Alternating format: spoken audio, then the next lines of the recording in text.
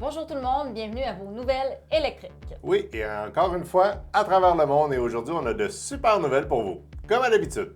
Restez à l'écoute.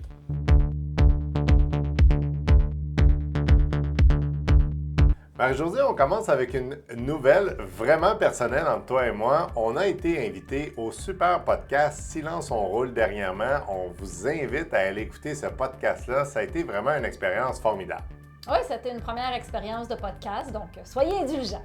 On était 4 invités sur place. Je pense qu'on avait tous des belles histoires à raconter. Ceux qui ont manqué le Silence on roule, allez le voir. On vous donne le lien juste ici. Et en plus, on parlait de voyage et de recharge à l'extérieur du Québec.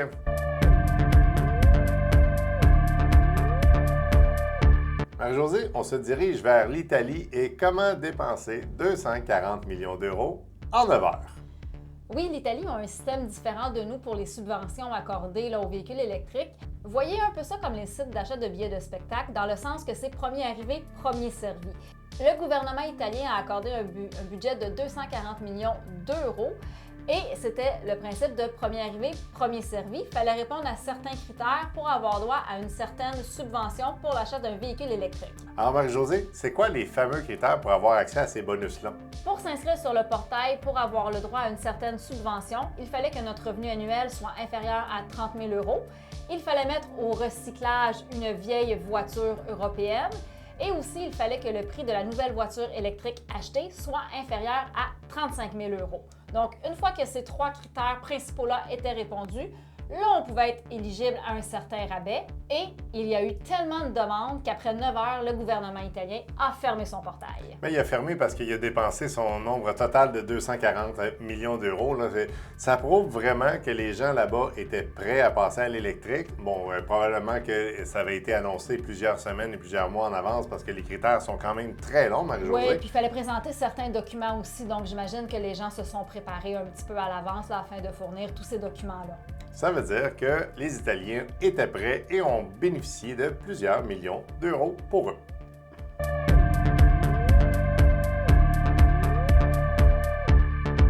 GM a sorti de sa voûte 2 projets secrets de véhicules concept qui sont de très petits véhicules urbains afin de régler le problème des trop gros véhicules pour aller au travail, étant donné que la majorité des gens font moins de 20 km aller, 20 km retour et sont souvent seuls dans leur véhicule. Le PEV2 et PEV3, le 2 et le 3, c'est pour le nombre de passagers à l'intérieur du véhicule. Et je vous le dis tout de suite, probablement un de ces véhicules-là peut embarquer dans ma boîte de pick-up en arrière. C'est vraiment petit. C'est pas conçu pour les autoroutes, mais vraiment pas. Mais par contre, ça pourrait résoudre un problème qu'on a dans les grandes villes, dans les centres plus urbains. Ouais. Ça pourrait probablement régler tout ça parce que, un, ça a l'air très facile à conduire. Et deuxièmement, pour le stationnement, quoi rêver de mieux qu'une petite voiture, surtout à Montréal, à Paris, dans des endroits un petit peu plus serrés. Oui, c'est plus facile et ces voitures-là, bien sûr, sont 100% électriques et malheureusement resteront probablement au stade de prototype. Bien, ils sont pas laids, par exemple, là, mais il y a peut-être certaines compagnies, parce qu'au début, on pensait que c'était un petit kart de golf tellement que c'est petit. Par contre, est-ce qu'on pourrait avoir ça dans certaines entreprises? Entre autres, je pense à des endroits où est-ce que des agents de sécurité doivent se déplacer régulièrement ou des choses comme ça. Mais sur la route, en tout cas, je vais parler en Amérique, j'ai comme un feeling que ça va tomber entre deux chaises, ce beau prototype-là.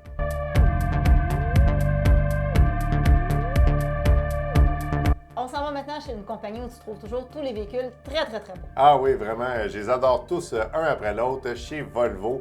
Et là, on parle du EX90 qui est une familiale 6 ou 7 passagers. Pourquoi 6 ou 7? Tout dépendra de la configuration que vous prenez. Et évidemment, la configuration se fait sur le banc à l'arrière, évidemment.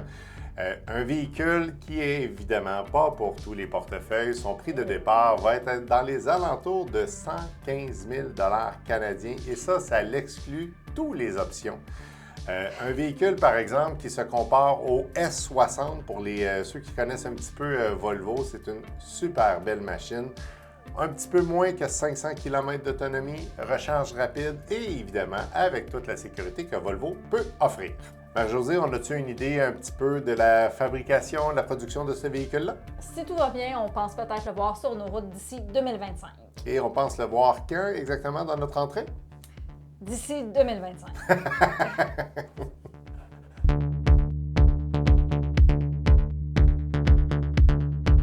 Marie-Josée, on donne souvent l'exemple de dire si vous faites une activité, branchez-vous. Bien là, une activité qui peut être vraiment, mais vraiment pratique, l'épicerie. Oui, Flow s'est associé avec Métro. Donc, d'ici le mois d'août 2024, on retrouvera des bornes Flow dans plusieurs bannières Métro. Bien évidemment, Métro, mais aussi Super C et Adonis qui appartiennent à cette bannière-là.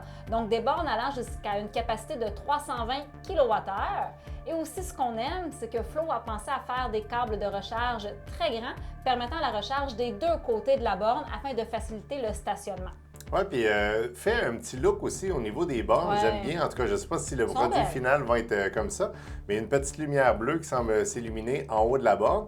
Et pourquoi je fais cette mention-là? C'est que quand on a fait notre voyage à Walt Disney, bien, quand on arrivait dans les bornes le soir, bien, c'était facile de voir les Electrify America avec Ouais. leur fameux logo vert qui était Et très tout apparent. illuminé. Fait que je trouve que c'est une excellente idée. Puis en plus, bien, ça doit donner une meilleure vision là, sur la borne.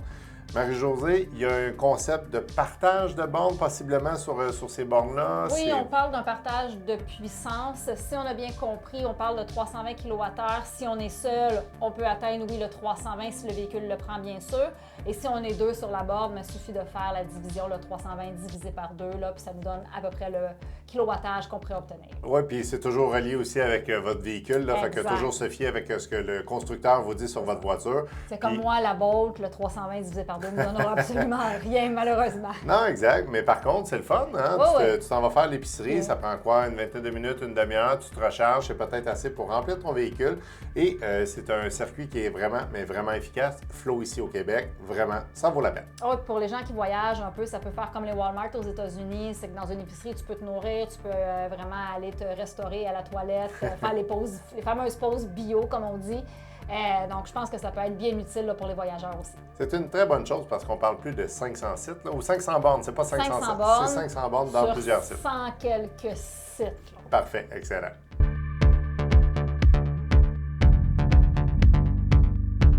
On retourne chez tes vieux amours, Tesla.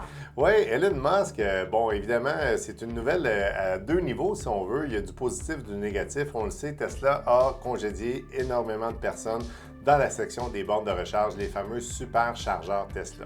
Ça, c'est la très mauvaise nouvelle, là, parce que je pense pas que c'est une bonne chose. Par contre, une nouvelle qui nous est apparue dernièrement, on a été très surpris de ça, c'est qu'on s'interrogeait sur le futur des bornes de recharge. Et là, Elon Musk annonce qu'on va continuer à faire l'évolution des bornes de recharge, les fameux superchargeurs, et on va continuer à en installer partout.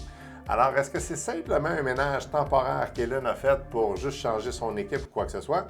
C'est à suivre, mais c'est quand même une bonne nouvelle qu'on continue à agrandir le parc de superchargeurs, en tout cas au Canada. Bon, ça, c'est du Elon Musk tout craché. Oui, une journée, il pense quelque chose, l'autre journée, mais comme je dis tout le temps, c'est probablement un des génies qui a mis en place la voiture électrique. Bon, est-ce qu'il a toujours eu les bonnes idées? Est-ce que ça a toujours fait l'unanimité? Je suis pas sûr de ça. Tu vois, lui, l'expression « vous tiendrez jusqu'aux bloopers après », lui, l'expression « les goûts, ça se discute pas », je pense que lui, il pourrait le dire. Oui, parce qu'on a une section bloopers aujourd'hui. Vous irez voir. On a quelques bloopers.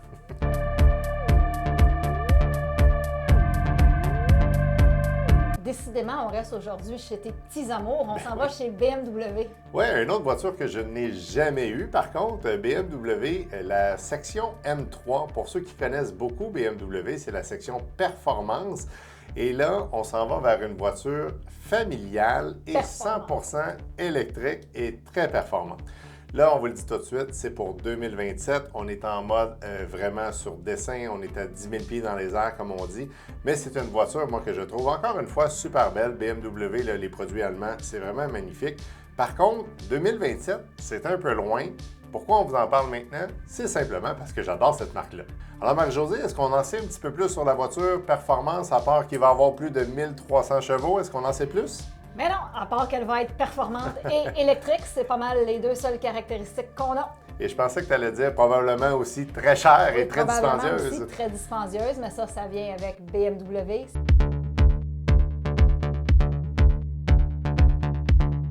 Alors, depuis tantôt, Marie-Josée, tu parles de mes amours. On le sait que toi, tu as eu plusieurs Hyundai. Tu adores Hyundai. Et là, je te renvoie l'appareil. On parle d'une voiture très performante de chez Hyundai. Oui, on vous parle de la Ioniq 5 N, donc c'est le côté performance de Hyundai.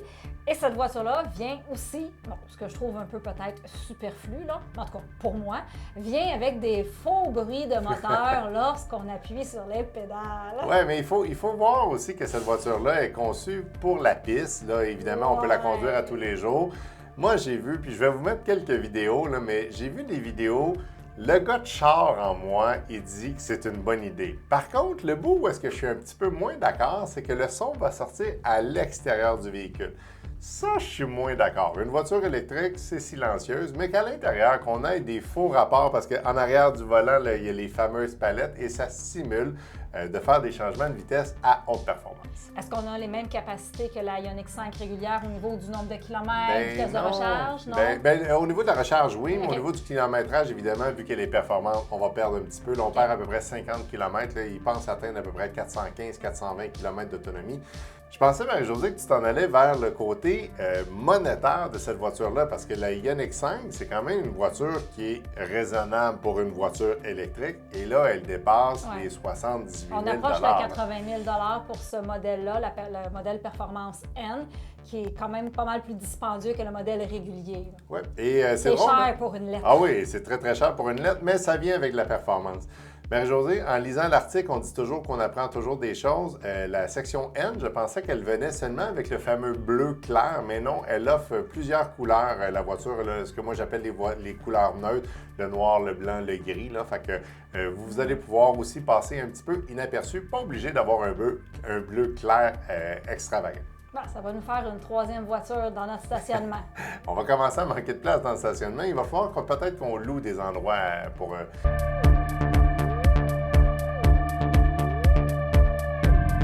José, on est constant dans nos nouvelles. Aux dernières nouvelles, on vous parlait du EV5 et maintenant, c'est au tour du EV3. Qui est un petit VUS, plus petit que le EV5, donc si on suit là, leur logique au niveau des chiffres. Aussi peut-être au coût d'achat un petit peu moins dispendieux. On nous dit qu'il ferait plus de 407 km d'autonomie. Ils le comparent ici à leur modèle, le Niro électrique. Donc, on pense avoir un petit peu plus d'autonomie là, avec le EV3. Oui, et on faisait un comparatif avec le EV9 qui avait perdu des places. Ça veut-tu dire que le EV5, on est rendu juste avec 2 passagers ou le EV3, oui, est-ce qu'on est rendu avec seulement 2 passagers? Oui. Non. Le chauffeur, le passager, puis un banc en arrière. Alors, Marie-Josée, c'est un véhicule qui est vraiment, mais vraiment trop tôt pour s'avancer. Oui. Un, pour le prix, pour le kilométrage, on l'a dit là, parce qu'il se comparait au Niro. Oui. Mais on n'a pas non plus de date de sortie. Non. On ne parle même pas de 2025 là, pour l'instant dans l'article. Mais aussitôt qu'on a de l'information, on vous tient au courant.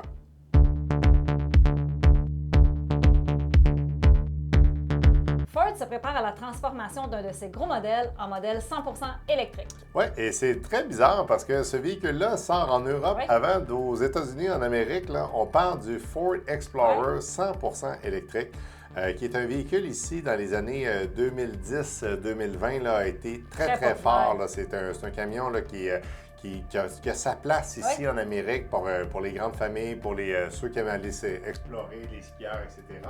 Et là, on arrive avec un concept 100% électrique avec une autonomie quand même vraiment importante. Ouais. Si on se fie à ce qui est écrit dans l'article, on parle de 602 km d'autonomie sur ce camion-là. On nous dit même que la recharge de ce véhicule-là va passer de 10 à 80 % en moins de 24 minutes avec le modèle 4 roues motrices. Oui, évidemment, là, on part toujours sur une borne de niveau 3. Là, fait que c'est une excellente nouvelle. Je suis un petit peu déçu, par exemple, qu'il n'arrive pas au Québec ou en Amérique du Nord, mais écoutez, il y a peut-être un marché européen qui est en train de se développer là-bas. Qui sait, peut-être qu'on va avoir des très gros véhicules là-bas, ce qui me surprendrait beaucoup.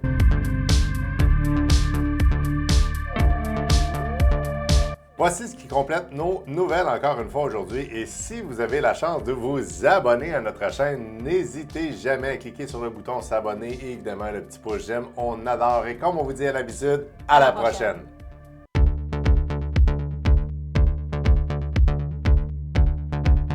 On s'en va maintenant chez une compagnie où tu trouves toujours leur modèle très beau. Ah, écoute, je pense qu'il n'y a aucun modèle de chez Volvo qui est pas beau. En tout cas, c'est sûr que c'est vraiment une opinion parce que les goûts, ça se discute pas. Non, les goûts, ça se discute. Ah non, ça se discute pas. Faut falloir prendre ça. Hein. Non, les goûts, ça se discute pas. C'est non. C'est pas tout à fait ça l'expression. Quand je dis que c'est beau, c'est beau. Les goûts, ça se discute.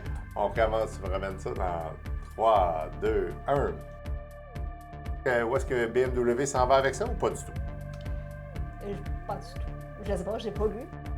Ça vient avec l'électricité, donc c'est ça. J'ai-tu dit que c'est une voiture que j'aime bien? Oui, puis elle va être elle aussi avec la Volvo dans notre stationnement en 2027. Oui, c'est ça, exact. Une voiture pour la fin de semaine puis une pour la semaine. Exact. Certainement. Ah, puis s'il y a des gens qui louent des endroits pour qu'on dépose nos voitures, mais ça va prendre aussi des gens qui nous prennent de l'argent. Bien, c'est ça, je m'en allais dire. Si vous voulez faire des dons, Oui. on vous laisse notre adresse courriel. Oui, N'hésitez pas. Il va peut-être falloir se partir un Patreon, finalement. Ouais, On n'aura peut-être pas le choix. En tout cas, vous nous faites un don, on nomme votre nom. Ah, écoute. Hein? Ça va être notre nouveau slogan. Faites un don, votre nomme nom.